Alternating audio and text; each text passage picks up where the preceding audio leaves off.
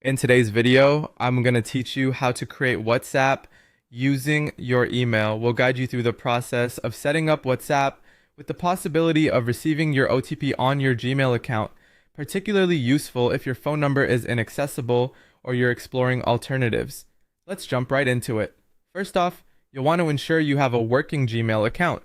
This will be crucial in the event that you need to receive your OTP via email, which can occur in some regions using WhatsApp Business API or a Google Voice number workaround.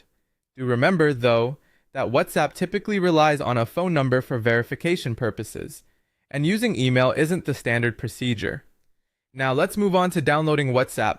Grab your phone and head over to the Google Play Store if you're using an Android phone, or the App Store for iOS devices. In the search bar, type WhatsApp Messenger or WhatsApp Business, depending on your requirements. Once you find it, go ahead and install the app on your device. Next up is the registration process.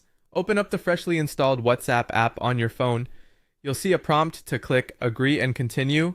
Go ahead and tap that. Here's where you'll enter your phone number, or perhaps a virtual number if it forwards OTPs to your Gmail. Once you've entered the number, wait patiently for the OTP, which typically arrives in the form of a text. If you're using a virtual number service that sends OTPs to your email, this next step is for you.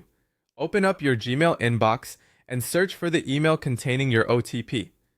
Once you have the code, enter it back into the WhatsApp app to verify your account.